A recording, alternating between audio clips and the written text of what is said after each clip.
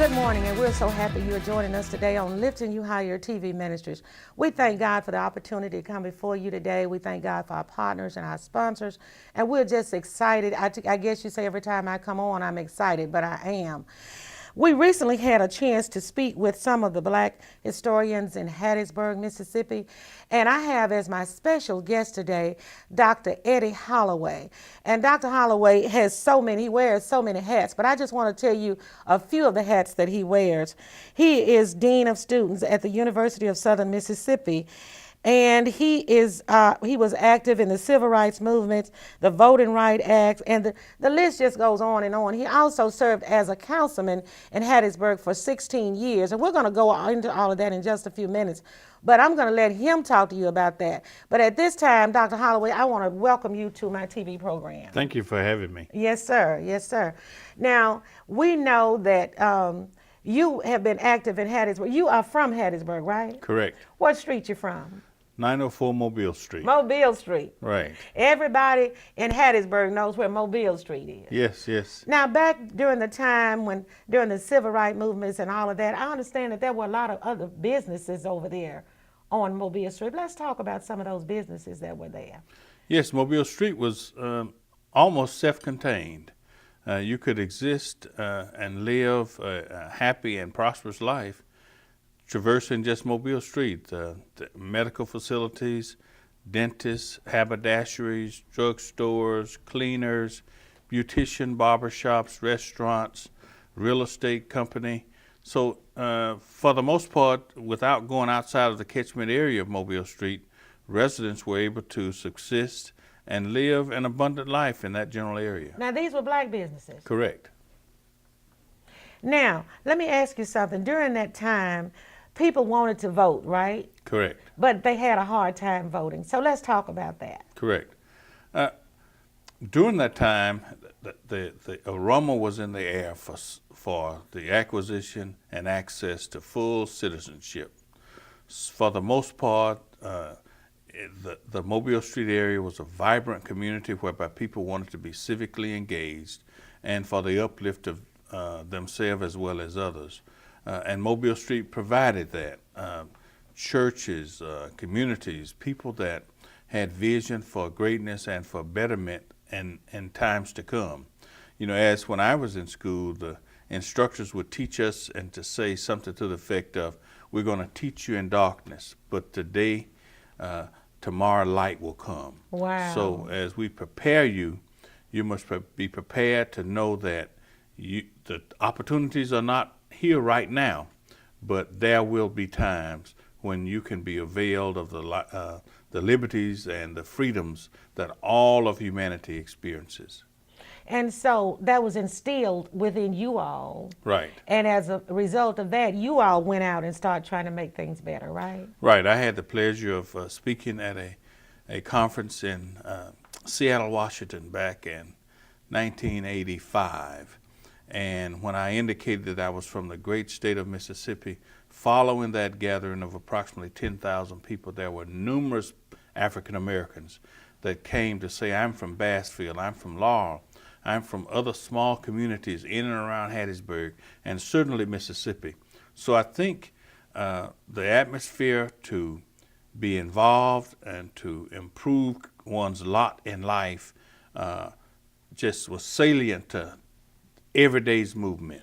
What I like about what happened back then, people came together on one accord, but they did it in a peaceful way, in a respectful way, and things happened. So that's what we need more of today, people coming together on one accord. Correct. I totally agree. Yeah, yeah. Now, there were a lot of things going on during that time, and I'm told that Freedom Summer was a big part. Now, I know you were young, but I read on the internet some things that happened in Freedom Summer. Tell us about some of the things that happened during that time. You know, I think Freedom Summer, and through my eyes, as I look back, is that we were in a period of darkness, if you will, whereby we wished and desired for greater things to occur. But it was a relatively closed environment. But during the summer of 1964, thousands of people converged on the city of Hattiesburg, and it historically became the largest Freedom Summer effort throughout the country. They came from everywhere. Everywhere, primarily through from the Northeast. Brown University served as a headquarters for that kind of Freedom Summer movement. And on the ground in Mississippi, Tougaloo was the staging area for all of the activities for the 1964 efforts in the state of Mississippi.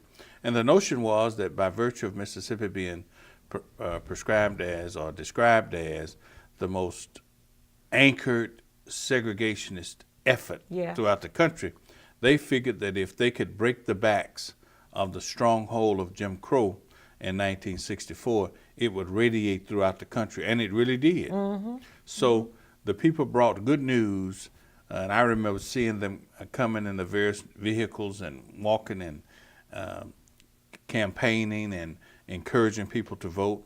Because if you were gainfully employed, in many instances, the people were prohibited from actively pursuing. So I would say today that perhaps our greatest source of influence and effort were the common people.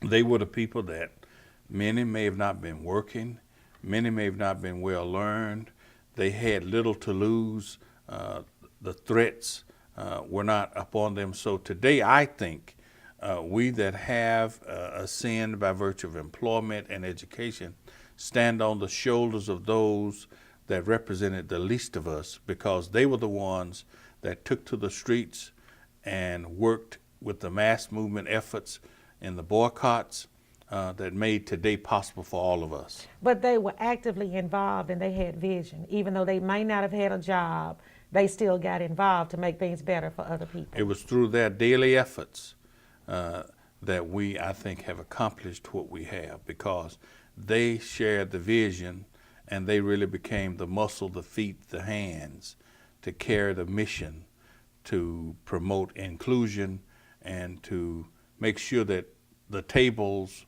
were of equity and parity for all. So Hattiesburg is really a historical place because it didn't take place in the capital city. It took place here in Hattiesburg. Yes, there were Freedom Summer efforts throughout the state. Grenada, Macomb were some of the staging areas, but the largest amount of freedom riders came to the city of Hattiesburg. Was it staged at Palmer's Crossing? Well, some of the meetings? Some of the meetings, Palmer's Crossing, some of the meetings out in the Kelly settlement areas. People in Palmer's Crossing were instrumental, I think, to the process, because many of those that lived in Palmer's Crossing owned their property. They were self-sufficient, be it by farming or working with cattle or a small mom and pop grocery store. Likewise, in the Kelly settlement area, with the Kellys and the Damers, those African Americans, in my mind, were men and women of vision, in that they knew that the key to success were to acquire and gain a piece of America's property. Absolutely, and it still is. And it still is today, that those communities still hold African American land holdings. And that's one of the things that the older people knew that may have been considered a secret, at least to this day, to own a piece of property. And that would be your stake, to claim that you are really a part of America's dream. And that's true. And that's what we need to be doing more of now, in this era we're living in now. Now, speaking of the Damers, did you do any work with Verna Damer? No, I didn't. I chaired or emceed the 50th celebration of life at the Shady Grove Church a couple of Sundays ago. Because that was before your time. I mean, you were young when he was doing this, when he was involved. Yes, my mother was a beautician, so a number of the ladies in the catchment area of Hattiesburg, perhaps as far as Brooklyn, Tijuana, would come in on Saturdays, and I would be frequent to those conversations, though, as you know, at that time you were supposed to get out of the they wouldn't way let of all you of sit that. up. That's right. You had to go outside. But right. I learned of the various movements. Miss Jean Gould Carner lived 4 doors away, so she was very, very active. Mrs. Spears. So the bulk of the people that were very, very instrumental in the civil rights movement that lived in that area, I had access to going to their houses, either cutting their grass or eating at their tables. So by virtue of those arrangements, I was able to be privileged to key information. Right. Did you ever think, Dr. Holloway, that you would, back during that time with all of the obstacles and all of the challenges that you faced, that you would be where you are now as far as being the first black to teach at William Carey College? I'm sure university, you had vision though, because you were brought up in an era where people had vision. But how do you feel about being able to be a pathfinder? No, I did not envision that. Coming up, I didn't have access to William Carey, or the closest that I came to USM was a man by the name of Mr. Pally Adams, and he sold peanuts and newspapers. And to my knowledge, he was one of the first that was allowed at USM by virtue of his service. The other that I would go out with was Mr. Alvin Williams, who was the porter to Dr. McCain and Dr. Lucas, and he served as a bartender and servant at the Hattiesburg Country Club. So at 12 years of age, some of those alliances and some of those relationships were formed by virtue of me being his ride kick to go and handle the water and other kinds of things out there. So I had a peak view of some of those circumstances, but certainly all of them were void of people of color. Right. This is some interesting information that you are giving me, but you certainly are a man of vision. We're going to take a break, and when we come back, we want to go into more details about the changes you've seen in Hattiesburg since that time. Thank you. Okay. Back in a moment. Please stay tuned. Have you always wanted to own your own business by becoming a licensed cosmetologist? If so, now is the time to enroll at Unlimited Cosmetology School, LLC, located at 102 Broad Street in Hattiesburg. That's right, learn how to become a professional cosmetologist by acquiring 1,500 clock hours in 12 or 16 months. Now is the time for open enrollment. If you're interested, contact Lisa Daniels by calling 601-336-7256 or 601-408-2650. My name is Sandra Hancock with Sandra Hancock Ministries, and I want to take this opportunity to invite you all to one of our powerful conferences in a city near you. Our conferences in Laurel are the second Saturday of each month from 10:30 a.m. to 12:30 p.m. at the Gathering Place, 3227 Audubon Drive. For more information about our ministry, visit our website, sandrahancock.org, or call our 1-800 number, 800-579-7350. Facing the death of a loved one can be one of the most challenging moments you'll ever face. The staff at McSwain & Myers Funeral Service are here to help ease that burden. We specialize in giving our families the utmost professional care in their time of need. We provide non-traditional funeral planning, from the pre-arrangements of the funeral to the family repast. We also offer discounts to families of fallen first responders and military. Let our family service your family at McSwain & Myers Funeral Services. Pastor Lelis Keys and First Lady Mary Keys invite you to join them in worship at Church on the Move, 1604 Congress Street in Laurel. Services are Sunday mornings at 11 and Tuesday night prayer and Bible study at 7 p.m. Please call 601-382-5161 for more information, or find us on Facebook. We look forward to meeting you and worshiping the Lord together.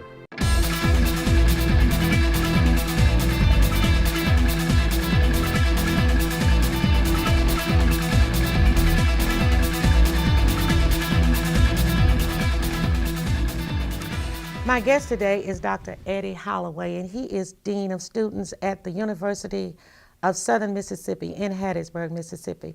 Just bringing us up to par about so many things that have happened in Hattiesburg since the 60s? Yes. Yes. Dr. Holloway, let's talk about some of the things that you have seen that have happened that you never dreamed would happen in Hattiesburg? Well, I think initially I would say with schools. I never attend an integrated school per se. There were situations of freedom of choice, but I attend Jones Elementary Junior High School from 1st through 9th grade, and then transitioned to Rowan High in 1968, graduating in 1970. Obviously, at that time, there were only two African Americans that attend William Carey, and prior to at the University of Southern Mississippi. So I knew that those opportunities were available, but we didn't have those models before us.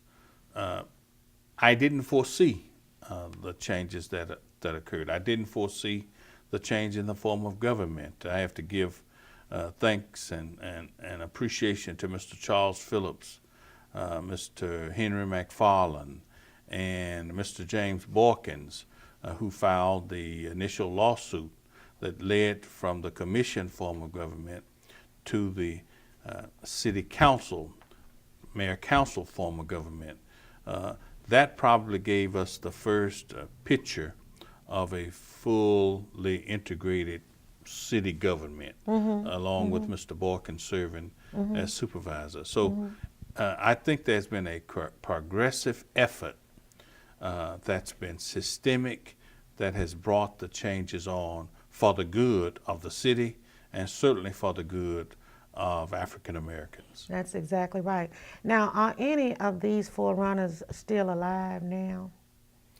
The men that filed the lawsuit for the mayor council form of government have all died. A person that was really instrumental in as a precursor to all of that is Mrs. Peggy Jean Connor. Yeah. Ms. Peggy Jean Connor filed a lawsuit that allowed for apportionment whereby the wards and beats lines are drawn where it made it possible for African Americans to be elected. So certainly the recognition of that giant step, and that really was a step of vision in a time of blindness. Right, right. So we give honor to her and all of those others. And there are many relatives of those that stepped forth to file efforts to vote. In the book, Count Them One by One, it spells out a retired judge who came down at that time, recently published a book, Count Them One by One, and it talked about the African Americans that worked so hard to advance the cause of voter participation. Wow. So many of those are still alive. Mr. Clarence McGee and his wife and others are cited in that book for their good measure and good work relative to the advancement. And I understand that during that time, if you wanted to vote, you had to know part of the Constitution, all kinds of difficult questions on a test. Are you familiar with that? Yes, with poll tax and things of that kind. So I think by virtue of their hard, consistent work today, access to voting is left to you being desirous of an opportunity to vote. Well, I tell you what, since they paved the way, we as blacks need to really get out and take advantage of that. Nobody should be left behind when it comes to voting. Correct. Because they fought hard to make this possible for us. Paid big prices. Paid big prices, put their lives on the line in many cases, I'm thinking. Correct. Yeah. Now, let's talk about the black community as far as Christianity is concerned during that time. What part do you think Christianity played, the churches? I know Shady Grove is one of the oldest churches in this area, black churches. Correct. What part did the churches play during that time? In terms of the organized efforts, the black church should be held high for the roles that they played. The leadership from the pulpit and throughout the pews made the significant gains possible. True Light, Mount Zion, Zion Chapel, Priest Creek were instrumental in places of gathering and places of support for meeting spaces for the leadership of the people that came from out of town and throughout the state. So nothing replaced, I think, can replace the role that the black church played in our efforts, especially the AME church and the CME church. If you read the history of our beginning until now, some of the stalwarts in education started in the institutions of higher learning when we were unable to acquire monies for state supported. They were started from our churches and continue to play major parts today. Now, many of the pastors back then were active, and I know one was Reverend Reginald Woolard. I'm sure he played an active part. Not Reginald, R.W. Woolard, his father. Yes. Yes.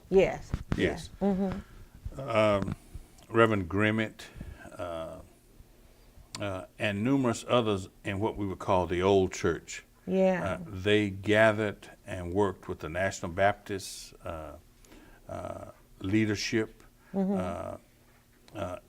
and everything was just coordinated so well. I don't know whether it was anchored by circumstance, condition, and made the climate just ready for people that were eager to be advanced, to work together. See, that's the key, working together. Nobody trying to get accolades, but everybody trying to make things happen. Let's talk. We have 5 more minutes left in the show. What is your vision for our young people to go forward and make a difference today? Well, I think we have to build systemically on a continuous advancement, continuous effort, and continuation of selling the vision of our becoming greater and greater and greater. 1964 sounds like it was just yesterday, but we must remember in mankind years, that was 50 years ago. Long time. So our kids today, unless they are continuously taught of the circumstances from which we have come, developed, and advanced, that might become a far part of their memory. They may have never experienced those circumstances, and to some extent may have thoughts that this is the way today it has always been. Not that they should be reminded to look backwards, but they also should be reminded to be aware of our past, so that by virtue of all of the circumstances of which they are confronted with, they won't retreat. Right. And not continue to carry the baton. There has been some lag from our era to now. That's so right. I do shudder and I do think hard as to what will happen tomorrow after our generation has passed and our legs become weary. Right. So I think there has to be a continuous effort to inform, educate, and enlighten the younger people to keep the advancement progressing. You know, I wish so bad that we had classes that our children could go to learn these things and know what we went through. You can't appreciate that you are not aware of. Even my children and your children, they don't understand having to go to segregated restrooms, segregated schools, and places where they didn't have advantage like a lot of other people had. But unless they find that information out, how can they appreciate it? Well, one of the positive lights is that the Mississippi House of Representatives and Senate has passed a bill in the state of Mississippi whereby civil rights and civil rights education has to be taught as a part of the curriculum in all public schools in the state of Mississippi. Great. So we're inculcating that through the Mississippi Civil Rights Commission, of which I am a part. So the 9th grade curriculum has been implemented to an extent, and we're trying to build it down from 1st grade through high school, where there are components for each curriculum that inculcates civil rights, the plights and the struggles, and respect for humanity, so that that can be an ongoing, lifelong living experience, especially with a knowledge base. I don't know who came up with that bill, but that was a good one. It is. It's important. Certainly. Very important. I just wish it had been enforced earlier, but it's never too late. It's never too late. That's right. We have 1 minute left in the show. Is there anything you want to say to the people before we close? One, I'd like to thank you for inviting me to participate. And I do think that we need to really emphasize and reemphasize the importance of African American History Month. Actually, there may be a time and should be a time to come when there shouldn't exist the need. But today there still is a prevalent need that we will educate our kids and humanity from which we have come, because there are still gaps and still openings of disparity of which only hard work and commitment will close. Well, I want to thank you for all of the pertinent information you gave us today. And we want you to know, as citizens of Hattiesburg, we appreciate the job you're doing, not just in the community, but as a professional, just overall. We appreciate you. Thank you so kindly. Yes, sir. And until this time, next week, I am Hannah Hopkins with Lifting You Higher TV Ministers saying, you be blessed. Does your school organization need a Common Core or student remediation trainer or consultant, a staff development presenter, a motivational speaker? If so, you are at the right spot. PFS Educational Consultant Group offers all of this and more. We have trained, experienced, compassionate individuals who have been recognized for their success in raising students' test scores, providing teacher support, assisting principals in redefining educational goals, and getting failing schools back on track. If you are in need of any of the above, or would like to have Hannah Hopkins minister at your church or conference, email hannahhopkins@aol.com or call 601-296-7693. Facing the death of a loved one can be one of the most challenging moments you'll ever face. The staff at McSwain & Myers Funeral Service are here to help ease that burden. We specialize in giving our families the utmost professional care in their time of need. We provide non-traditional funeral planning, from the pre-arrangements of the funeral to the family repast. We also offer discounts to families of fallen first responders and military. Let our family service your family at McSwain & Myers Funeral Services. My name is Sandra Hancock with Sandra Hancock Ministries, and I want to take this opportunity to invite you all to one of our powerful conferences in a city near you. Our conferences in Laurel are the second Saturday of each month from 10:30 a.m. to 12:30 p.m. at the Gathering Place, 3227 Audubon Drive. For more information about our ministry, visit our website, sandrahancock.org, or call our 1-800 number, 800-579-7350.